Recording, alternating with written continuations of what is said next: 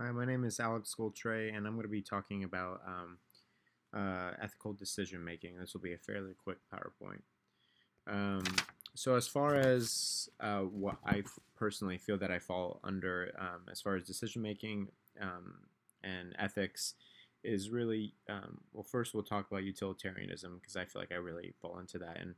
And really, what utilitarianism is trying to do is trying to say that um, one must actually act to achieve the greatest good for the greatest amount of people, the greatest number.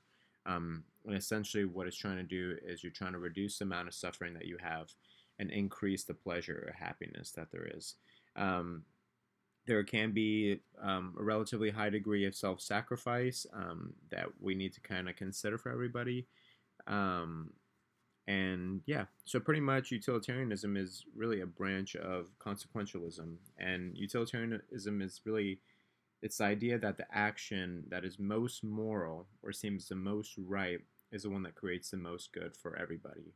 So, there was some social theorists like John Stuart Mill and Jeremy Bentham, which are both British and classic utilitarians, and they really came up with the idea of good with pleasure and believe that people should really try to achieve the most good for everybody, and pretty much everyone's happiness really counts. And as an example that I've used in old, you know, presentations and assignments, so for instance, if someone is like robbing your house, you should consider the rights and needs of that person or that intruder before you try, stopping him or even shooting him or whatever. Instead of trying to shoot him to kill him, you would tie him up and maybe call the cops or try to shoot him in a non-fatal, you know, extremity or something like that. Instead of rather just trying to, shoot to kill him. So, and we can say that for utilitarianism that says that any act that achieves really happiness through consideration of all sides should really be considered good. So not killing that man or that intruder that's trying to break into your house, and then making sure your family is safe at the same time, which is really why I feel like that's what I fall under.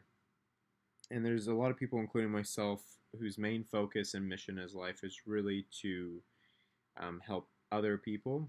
Um, and so, which is one of the many reasons why I've gone into healthcare and why I work in these poverty-stricken areas. And healthcare is, can obviously be emotionally, physically, and mentally very tolling. We work very long hours. We work holidays, weekends, night shift. We see death. We see a lot of suffering.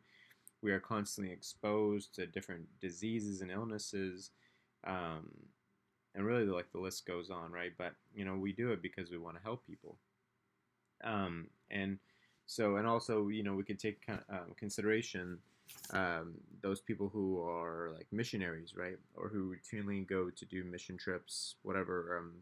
I personally have gone to Honduras and Iran, and I'm planning to also go to Brazil and Africa in the nearby future. But um, for those who've not really done a medical mission trip, it's definitely not all glory. It's not definitely not glorious, that's for sure. I barely had enough money to pay for my plane ticket.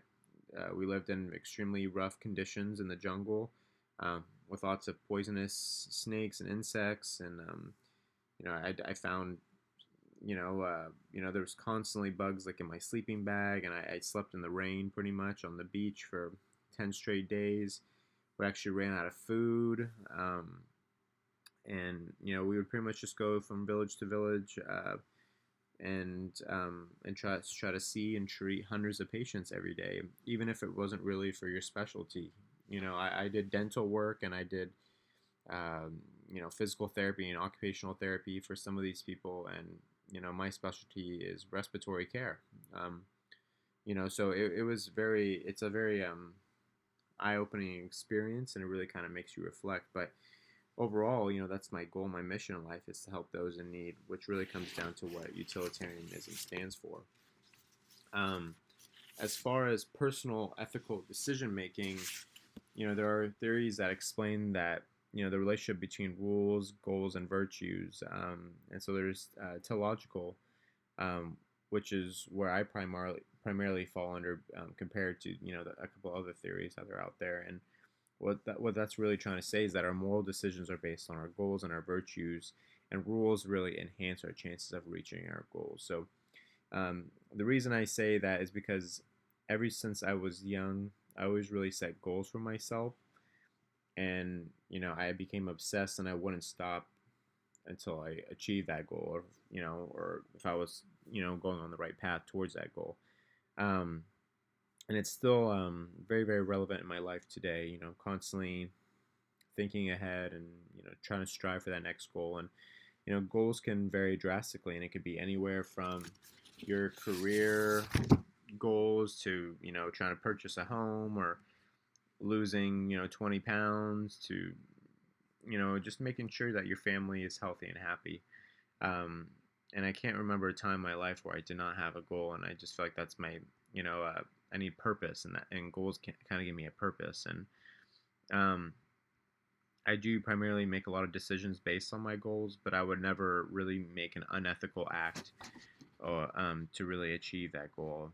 I think it's really important to really value all three of those traits, of goal, rule, and virtue. But I really base my life primarily on goals, but that does not mean I do not respect or do not practice rule and virtue. And rules are what help me kind of keep my personal work life in order, and virtue is something that I live by in regards to treating others the way that I would like to be treated, and always helping out those in need, which is one of the reasons, like I said, I went into healthcare, and I really just want to make a difference and help people. Um, and yeah, so yeah, thank you for listening.